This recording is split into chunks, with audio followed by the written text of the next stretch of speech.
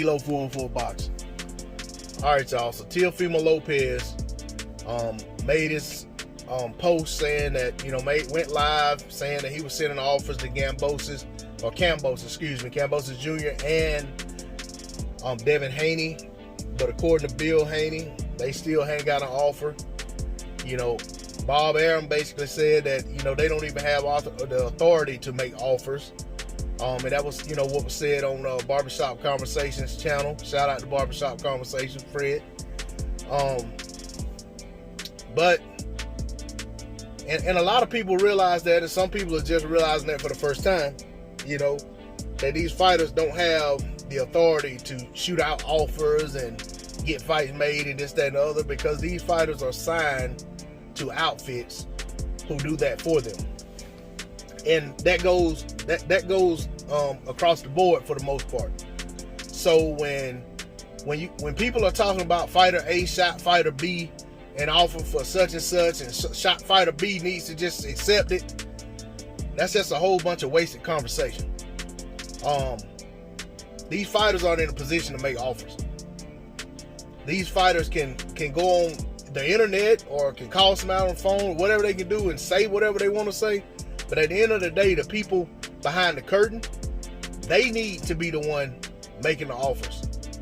And they're not making them directly to these other fighters. I mean, unless these guys are free agents trying to get a contract, that's the only way they're going to get an offer from somebody else's outfit. At the end of the day, these fights get made in boardrooms, in meetings, in conferences. You know what I'm saying? These fights aren't going to get made on the internet. These fights aren't going to get made because fighter A calls fighter B and say, hey, I'm going to offer you this. And he says, okay, I accept. We saw that when Dillian Whyte and Derek Chisora met face to face, and they were talking about their rematch. And Derek Chisora shot a number out. No, Dillian Whyte shot a number out there. Derek Chisora said, okay, good, we got it done. And then a whole bunch of time went by before the people who actually pulled the strings got together and made the rematch happen. Those guys were just posturing. It sounded good. It was enticing to the fans. It was crowd pleasing. But in reality, it was just a bunch of posturing, and it's just a bunch of propaganda. It really wasn't anything concrete, anything tangible. So, when we're calling ourselves, saying these fighters need to call out this fighter needs to do this, I ain't got no offers or whatever, the fighters are not going to be the ones making these offers. These guys can call each other out on social media till they're blue in the face. They can confront one another and call each other out till they're blue in the face. If the people behind the scenes don't want to make the fights for whatever reason, we're not going to get these fights.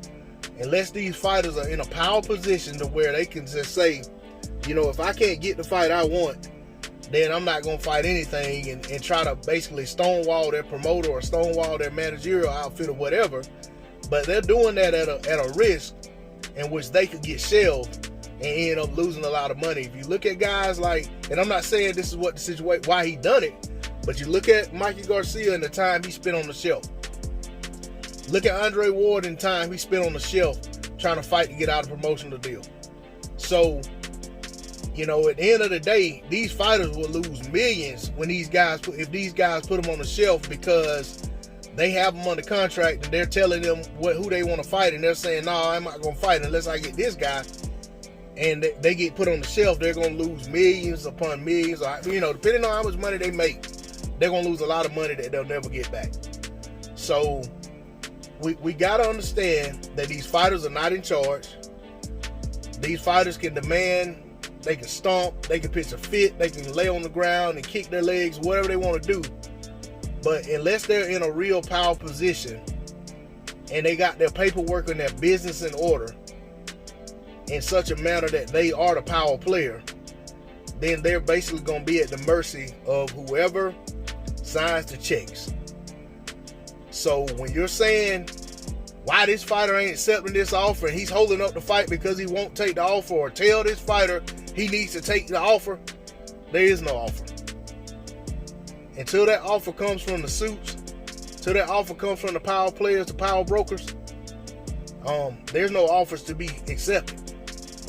And we got to understand that as fans and stop arguing back and forth with one another over stuff that's not even tangible, that's not even real.